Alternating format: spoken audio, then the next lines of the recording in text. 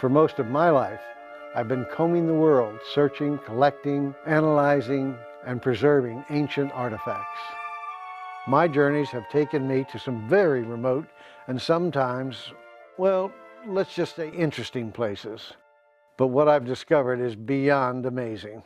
Magnificent ancient treasures, made from common clay to precious metals, and all having great significance even in today's world. Crowns of solid gold, absolutely stunning terracotta sculptures made for ancient aristocracy, and unique and extraordinary vessels of bronze, silver, gold, and lacquer, almost all created with an artistry that was ancient long before the birth of Christianity. In the fascinating and mysterious world of antiquities, join us on a mission to separate fact from fiction and fraud, where the two biggest questions are, is it real, and can you prove it? I'm Michael Teller.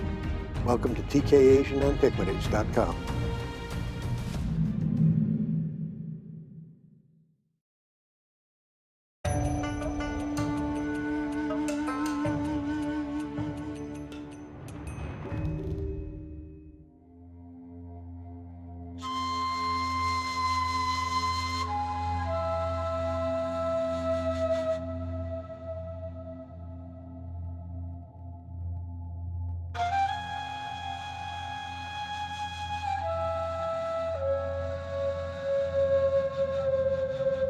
Gold.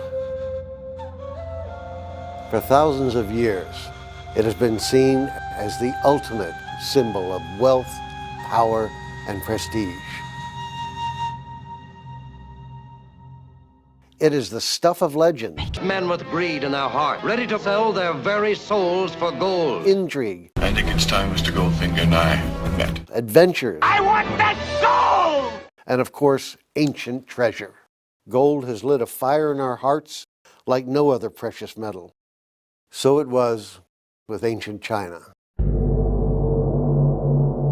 Known for its brilliance, it was thought by some to mimic the power of the sun, and consequently was thought to be the receptacle for divine powers. Gold wasn't just for decorative artwork. It adorned the uniforms of high-ranking soldiers and statesmen, even their saddles. And it served as an essential, constant symbol that an emperor was enveloped in the authority of the gods.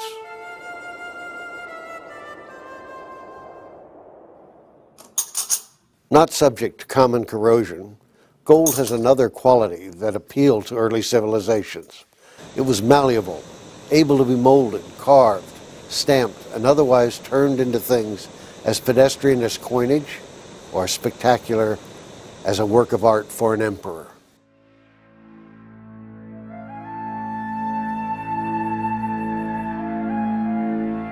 Gold also followed its owners into the afterlife. At least, that's what they hoped.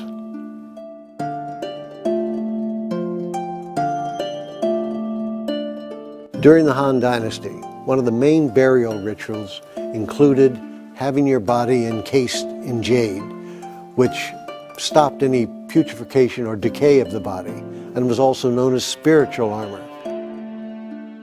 Of course, it didn't really work that well, but the purpose of it was, of course, to basically show rank. Since it took 2 to 10 years of carving jade disc to assemble the suit, and if you were the emperor, if you were part of the immediate royal family, you had the suit put together with solid gold threads. Up to 2 or 3 kilos of gold was actually used just to make the connectors. The Western Han Dynasty, which started about 200 BC, even though it's written that only the emperor and his immediate family, heir apparent, were allowed to have the gold connectors, we know from letters to other smaller kings and dukes in times of war or rebellion that he offered them the privilege of having gold to connect the pieces of their spiritual armor. The history of this suit is shrouded in mystery. We know quite a bit about it. We've studied it for years, but there is so much that's unknown. This particular suit is Eastern Han, so almost certainly belonging to an emperor or an heir apparent. At the beginning of the Han Dynasty, around the 3rd century BC, and a period that's referred to as the Golden Age of China, goldsmithing techniques from all the nations that China had interacted with had become absorbed by the Chinese goldsmiths. We know some of this from dated pieces that have been found in imperial tombs that utilize techniques from 5 different cultures spanning 1,000 years. And no other culture put them together like the Chinese did during the Han Dynasty, around the time of Christ.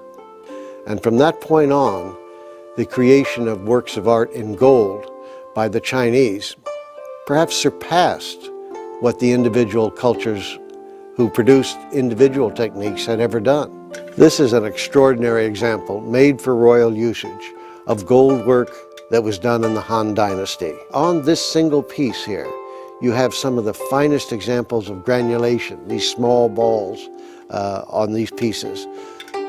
There are several vessels from this set, each one perhaps having up to 100,000 individual spheres of gold, miniature spheres of gold, soldered onto a gold base.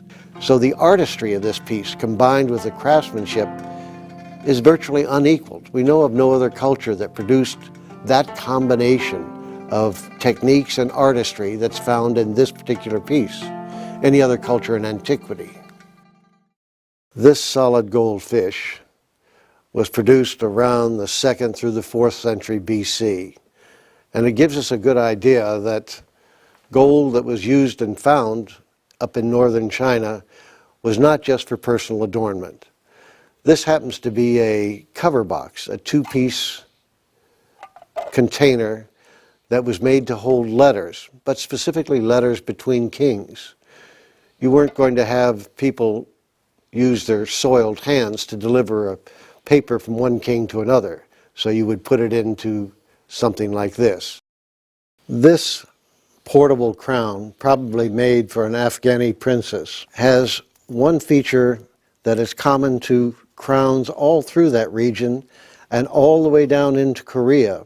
Whoever was wearing this crown would have all of these little hanging spheres which would glint, which would give off a halo type effect when lighting and the sun shone on them. What you see here is the first example of a solid gold crown being made in the Chinese Empire. In the multi-millennia leading up to this period, the 10th century, there are no solid gold crowns in Chinese history, unlike almost every contiguous and contemporaneous culture. The Liao Empire, the Liao dynasty of China, was actually formed by the Khitan Empire, the Jidan Empire of Mongolia. They took over the top 19 provinces of China, as well as parts of Korea, parts of Siberia, and other parts of countries that were contiguous to the area. This, the workmanship, the design, you see the Chinese influence, the mythology that was dominant in China, not in Khitan. But when they became the rulers, they also became more Sinicized. The historical consequence, the artistry, the craftsmanship, these are the real treasures of ancient gold artifacts.